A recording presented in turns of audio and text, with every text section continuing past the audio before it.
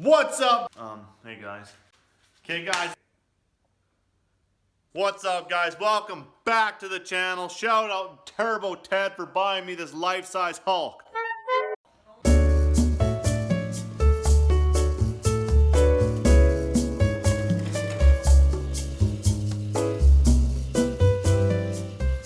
Big day here in the garage. We got tons of parts showed up. My new spark plugs, plug wires, cap, rotor. We have a new water pump, got the transmission mount in, a transmission output seal, the fuel pump for this that I'll be trying to put inside the B-body tank, thermostat and whatnot, lots of gaskets.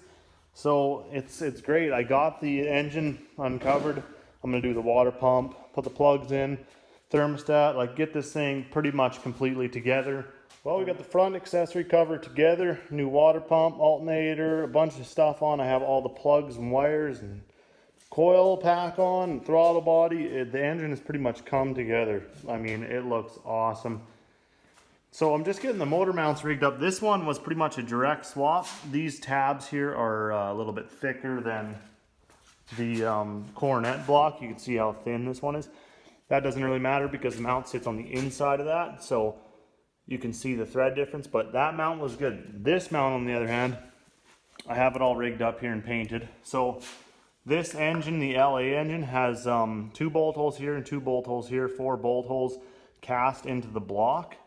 And if you come over here to the Magnum engine, it only has 3. So we have the 2 on the front and the 1 on the back. So the mount design for this side has the 2 bolts on the rear and the 1 bolt on the front. So we're missing that bottom hole there. So what I'm gonna do is bring the mount back to the factory Coronet engine, and we're going to slide it on with these 2 bolts and get an alignment. So I'm actually gonna drill this hole out. That way we still have 3 bolt contact on that other side, even though we're missing that ear down there.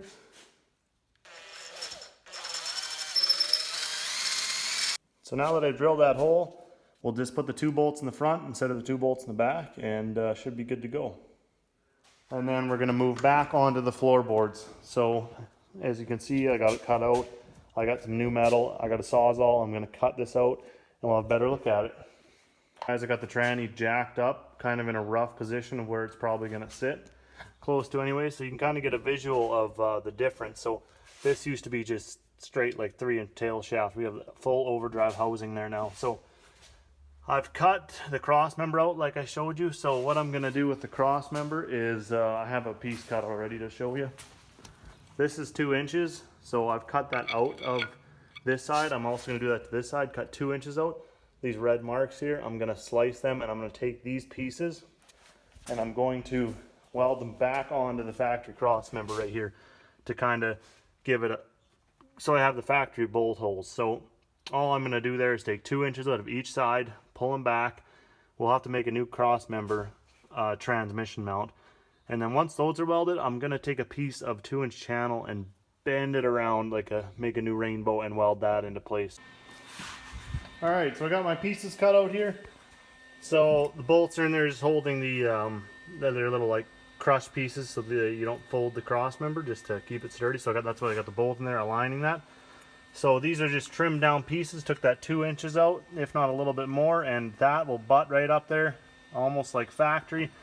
And I'll do that on both sides. You can see how much clearance that gives right down in there. And then after these are tacked in, welded in, I'm going to get my 2-inch channel and see what we can do about a little rainbow hump over that. So I have the tranny jacked up as high as it'll go, just so when I actually have the transmission in the proper position, I'll have a little bit of a gap, obviously, when I lower it to the proper position. So let's get to welding.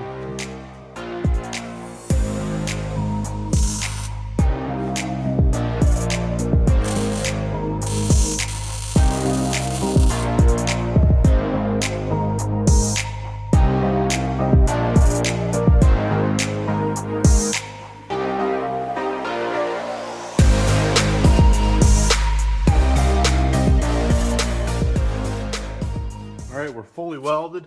Here's my 2-inch channel. I'm gonna cut pie chunks out of this, and that way I'll be able to bend it and pinch itself back together. But as you can see right here, this channel actually sits right in here.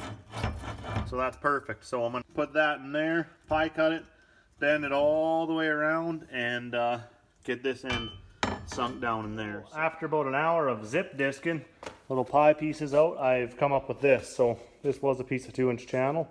I put a bunch of slits in and bent over with a hammer. So let's go give it a test fit.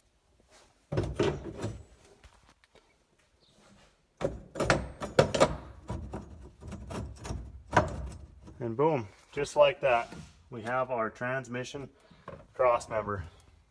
I'm going to weld all of those slits up, and then once they're all welded up, I'll drop this piece in, clamp it down, and weld all the way around to make sure it's sturdy. Okay, I got the cross member C-channel all slid up, bent, welded, cleaned up. Here we go, looking frickin' good. I got it set into place, everything cleaned up. I'm gonna do a couple final measurements, but you can see that is a hump and a half. Yeah, let's get this thing, oh, sorry. Yeah, let's get this thing welded up.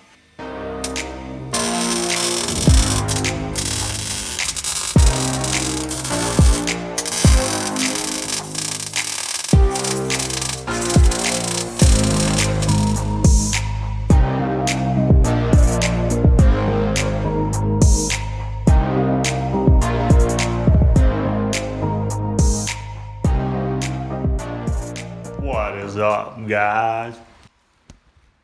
Look at that, off of the dirty engine stand thing. Probably gonna fall off that thing anyway. So we get it on the hoist. I cleaned up the engine bay. Used a little Scotch-Brite, got all the dirt out. Tried to anyway. Cleaned all the power steering system up. Still gonna run that. We're gonna hook the Magnum power steering system up. So I'm gonna see if I can come over the fender here and set that engine down in here.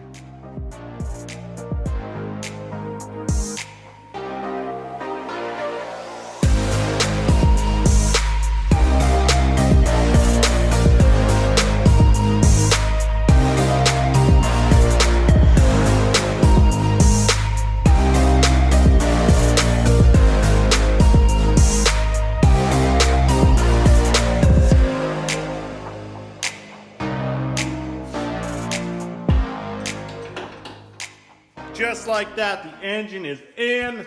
How exciting. This is exciting. This is probably the most exciting thing that's ever happened today. Now it's dropped in. I did slide the 2 motor mount bolts in. So it is secure. They're not tight. I'm gonna leave them a little bit loose till I get the transmission all hooked up, and then we kind of wiggle everything into place. Oil pan fit great. The motor mount fit great. The power steering pump, I was kind of worried too. It hangs off a lot on these Magnum engines, but look at that. Lots of room. Just need to build a little hose. That'll hook right up. Now the next thing I'm gonna do, and I never put on when the engine was out, is the manifolds. I'm gonna be running the stock Magnum manifolds. This is a 1993 engine. 92 and 93 Magnums have the largest exhaust manifold that came on a small block Dodge, so they're pretty sweet. Let me show you. So here is one. The design really isn't that bad. They have huge chambers where the exhaust come into each other here. Now that the engine's in, I'm gonna test fit those. We'll slap the gaskets in, slap the manifolds in, get them torqued up, and move on to the transmission. Get that flex plate on there, get the torque converter in the transmission, which is still under the car on the jack. And once the engine and transmission are bolted together, I'm gonna jack the transmission up into position where the drive shaft angle is mint.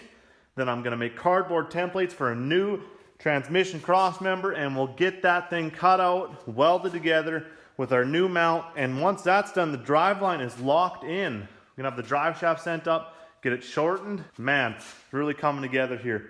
We're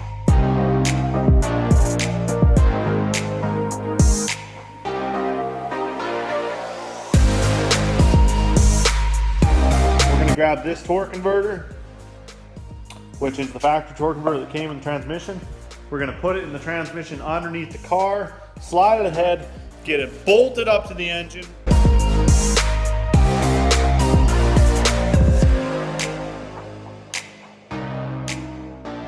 Okay, you can see the transmission is, I have it jacked up into position, so this is where I want the yoke to sit for where I want the drive shaft angle.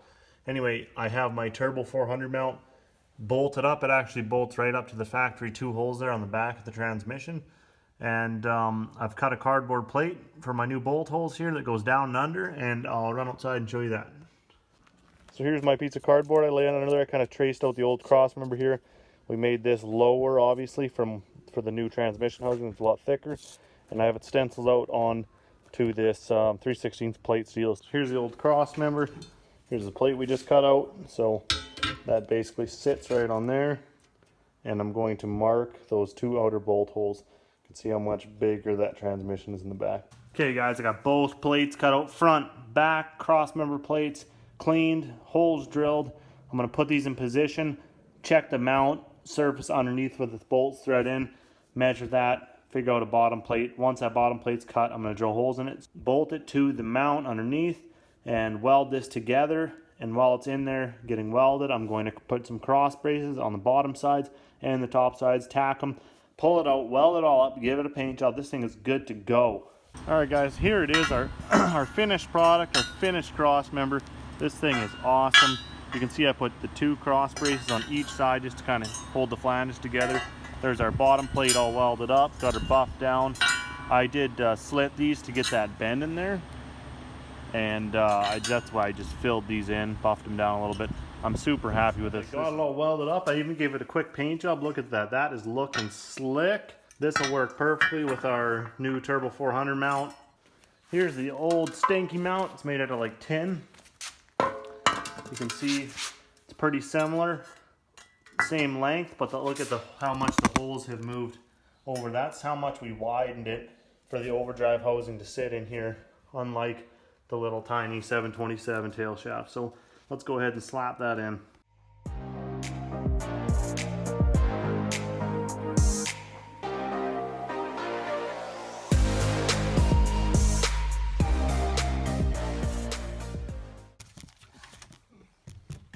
There you go guys. Our mount is in. It looks awesome. 2 bolts are in underneath. Man, I'm super happy with how that turned out. You can see up front here, it sits real clean, real flush, nice, just the way it's supposed to. So that is going to be super strong. So you'll notice I still don't have the hump welded in either. But I do have the mount built. None of this is painted. What I'm going to do is get the car running and driving, make sure everything's, and then I'm probably going to pull the transmission out, and I'm going to put front driver and front passenger floor pans in. Once those pans are in, I'm going to completely weld and complete the tunnel build. So I'll paint and clean all this up. But man, the trans is in on its own weight, and man, it couldn't look any better. Look at that clearance underneath there. Everything's awesome. The tunnel's going to work perfectly. Super happy with how that turned out. So that is checked off the list.